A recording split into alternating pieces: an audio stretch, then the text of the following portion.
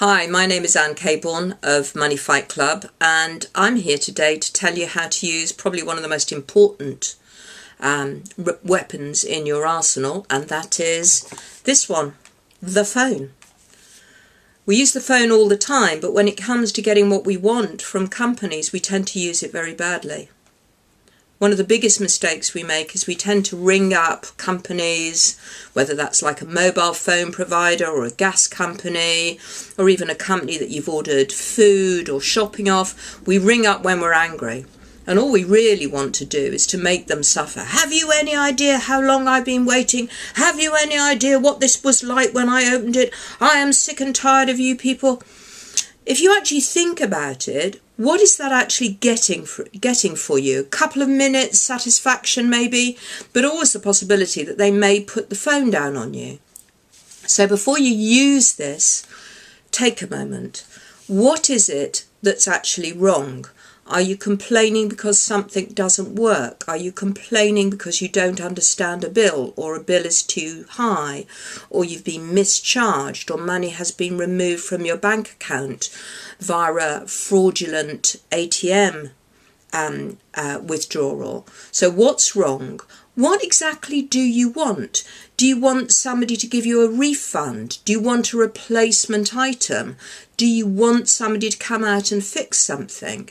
Is there any law that backs up what you're asking for? So you've done a little bit of research beforehand and you've found out what your rights may be under, say, the Sale of Goods Act.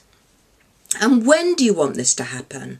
You know, by the end of the call, by the end of the week, by tomorrow morning, by close of business day. And you should write all that down before you pick up the phone. Never pick up one of these unless you have one of these, a pen, and a piece of this, a paper. Write down, first of all, what it is you want, what's gone wrong, any law that backs up your case, any deadlines you want to impose or you're entitled to by law. And then listen to what's being said to you on the other end of the phone. First up, who are you speaking to?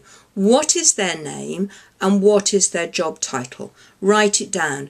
Make a note of the date and the time of the call. As they start to talk to you, listen and write very brief, legible notes. One of the big issues quite often dealing with companies, and trust me, I do this all the time, is they talk in this strange gobbledygook in terms of, you know, we need to aforesaid reference your withdrawal payment allocation. Try and break it down in your head and then repeat it back to them in such a way as, so are you telling me that this money was fraudulently deducted from my account? Are you telling me that I am entitled to a refund?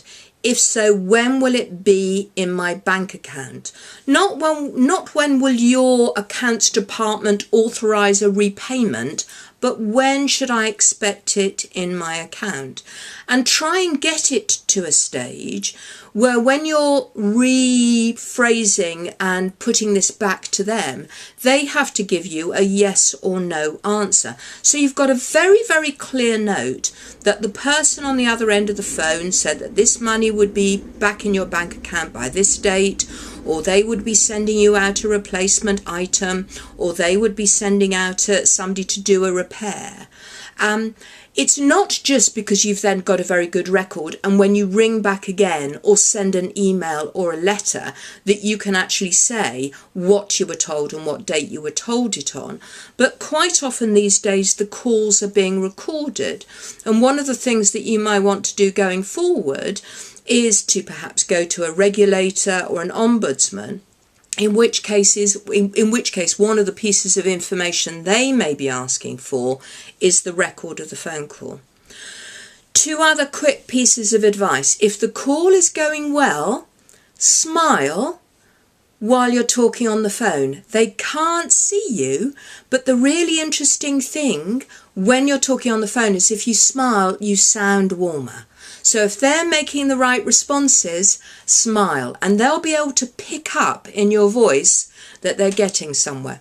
On the other hand, if things are going badly, and you are less and less impressed with the way things are going, frown, hunch your eyes together. That also comes around in the call. Never, however, be abusive. You're just giving them an excuse to put the phone down on you. Never be abusive. And bear in mind, the chances are often you're talking to people who work very long hours and very long days in call centres and are getting very little thanks for the task. The person you're after is the fat cat way, way back from that call centre operative. Finally, if you really don't like the way the call is going, if you've got somebody towards the end of their shift who really is blocking you at every turn, very politely say something like, I need to think about this, I will call again. Because next time you might get somebody who's a little bit perkier, a little bit brighter, a bit more open, nearer the beginning of their shift, and you might get a slightly different response. Very often people are working to scripts, very often they are limited in what they can do, but getting people psychologically in the right place is a huge help. And the other thing is, if this doesn't work, don't stop there. One of the things that we offer on moneyfightclub.com is letter and email templates covering all sorts of situations, from faulty goods to bogus ATM withdrawals, that you can download and fill in the blanks. Don't stop. If it's your money and it's your rights, it's worth fighting for. Anne Caborn, Money Fight Club. Speak to you again soon.